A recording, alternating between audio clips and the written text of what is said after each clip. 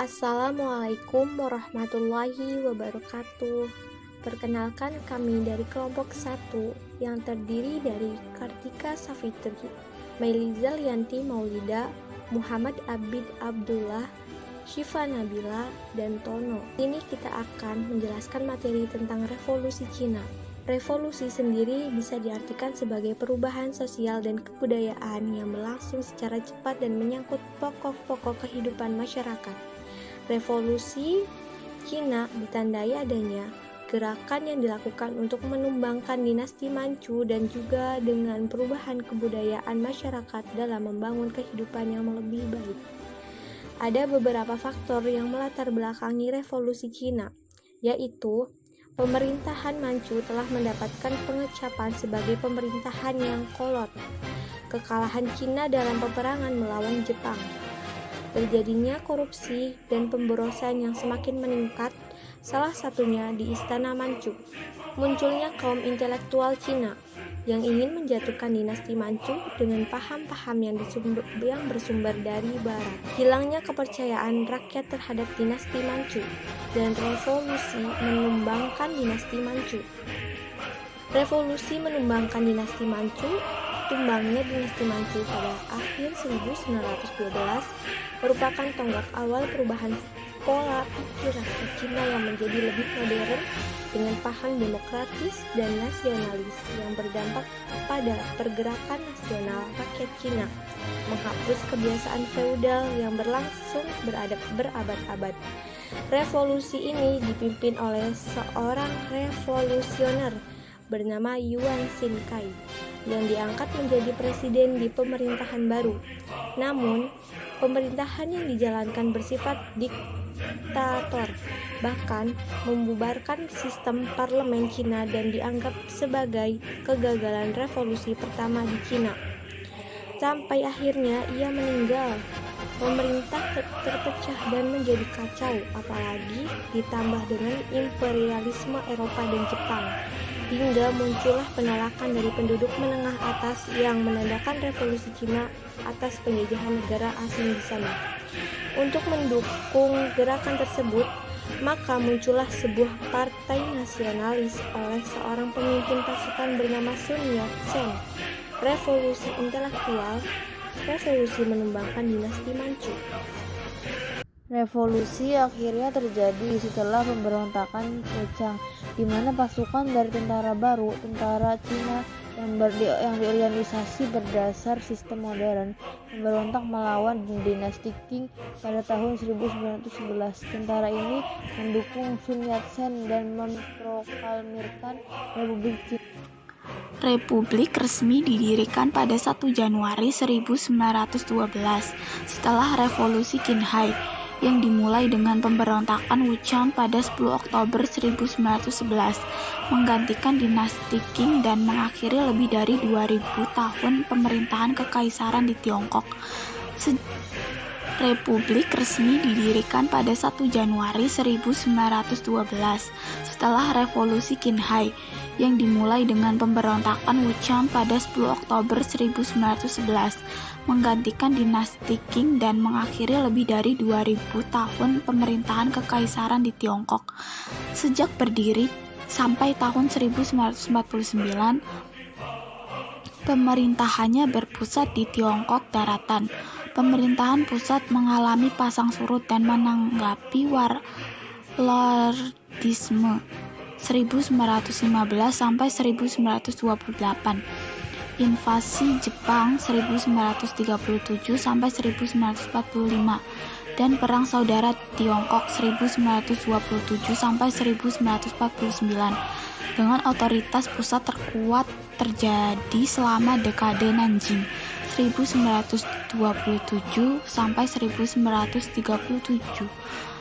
Ketika sebagian besar Tiongkok berada di bawah kendali Kuomintang KMT dengan bentuk negara otoriter partai tunggal pada akhir Perang Dunia II pada tahun 1945.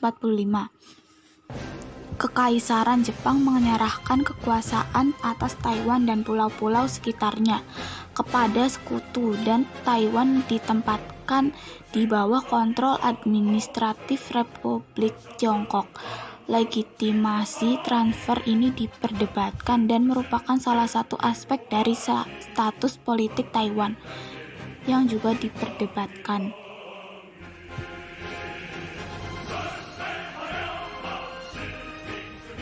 Pengambilan daratan Tiongkok oleh komunis dalam Perang Saudara Tiongkok pada tahun 1949 dan kemudian Hainan, Taiwan, dan pulau-pulau kecil di awal 1950-an berhasil menggantikan kekuasaan Kuomintang KMT yang akhirnya hanya mempunyai kontrol atas Taiwan, Penghu, Kinmen, Matsu, dan pulau-pulau kecil lainnya. Dengan demikian, sejak tahun 1949, pemerintahan RT mundur ke Taiwan dan KMT menyatakan Taipei sebagai ibu kota sementara. Partai Komunis Tiongkok mengambil alih seluruh daratan Tiongkok dan mendirikan Republik Rakyat Tiongkok (RRT) di Beijing, yang diklaim sebagai penerus dari Republik Tiongkok dan pemerintahan tunggal yang sah dari seluruh wilayah Tiongkok, yang dimana klaim ini juga dibuat oleh pemerintahan Republik Tiongkok yang masih memerintah dari Taipei sampai hari ini, meskipun tidak lagi aktif menantang RRT yang menguasai Tiongkok daratan. Pada 1 Oktober 1949, Mao Zedong menunjuk dirinya sebagai kepala negara dan memproklamasikan berdirinya Republik Rakyat Cina. Ia juga menunjukkan Zhou Enlai sebagai Perdana Menteri. Proklamasi yang dilakukan oleh Mao Zedong tersebut merupakan titik akhir dari perseteruan bertahun-tahun antara pasukan komunis pimpinan Mao dan rezim pemimpin nasionalis Chiang Kai-shek.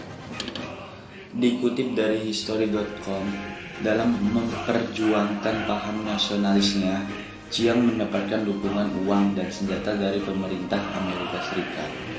Hilangnya Cina akibat komunisme merupakan pukulan telak bagi Amerika Serikat yang masih belum pulih dari ledakan perangkat nuklir Uni Soviet 1 bulan sebelumnya.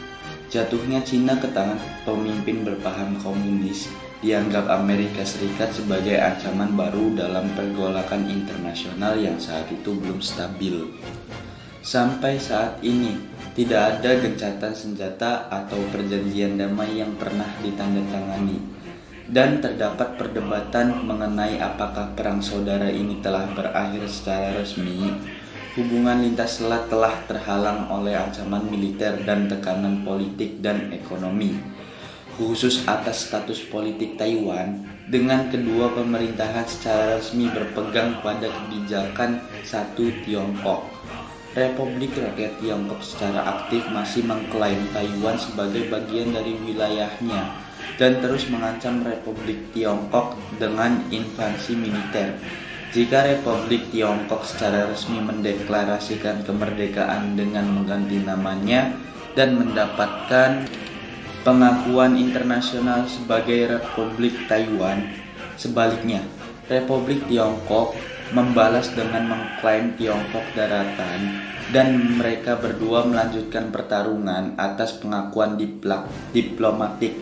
Saat ini, perang sepertinya terjadi pada front politik dan ekonomi dalam bentuk hubungan lintas selat. Namun, kedua negara de facto terpisah ini memiliki hubungan ekonomi yang erat. Penyebab kekalahan kaum nasionalis dalam perang saudara di Tiongkok pada periode 1940-an, meskipun telah mendapat bantuan dari Amerika Serikat, perang saudara di Tiongkok berlangsung sejak 1927 sampai 1950 antara kaum nasionalis yang mendukung Republik Tiongkok pimpinan Kuomintang dengan kaum komunis yang dipimpin Partai Komunis Tiongkok yang memiliki pasukan tentara pembebasan rakyat. Meskipun telah mendapat bantuan dari Amerika Serikat, kaum nasionalis mengalami kekalahan dalam perang saudara Tiongkok pada periode 1940-an karena kaum komunis berhasil merebut hati rakyat petani dengan menjanjikan pembagian tanah sehingga para petani banyak bergabung dengan kaum komunis. Juga karena kondisi tentara nasionalis sendiri yang kurang memiliki semangat juang dan korupsi yang merajalela. Pertanyaan 5W1H. Pertanyaan pertama. Apa yang melatar belakangi revolusi Cina?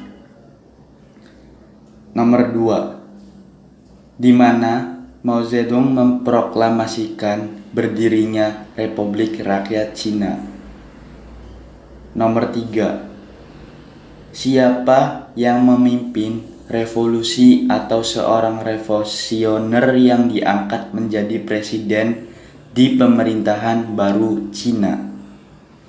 Nomor 4. Bagaimana kaum komunis mengambil alih daratan Tiongkok? Nomor 5. Kapan Republik Cina resmi didirikan? Nomor 6. Mengapa kaum nasionalis kalah perang saudara dari kaum komunis? Sekian dari kelompok kami, kurang lebihnya mohon maaf. Assalamualaikum warahmatullahi wabarakatuh.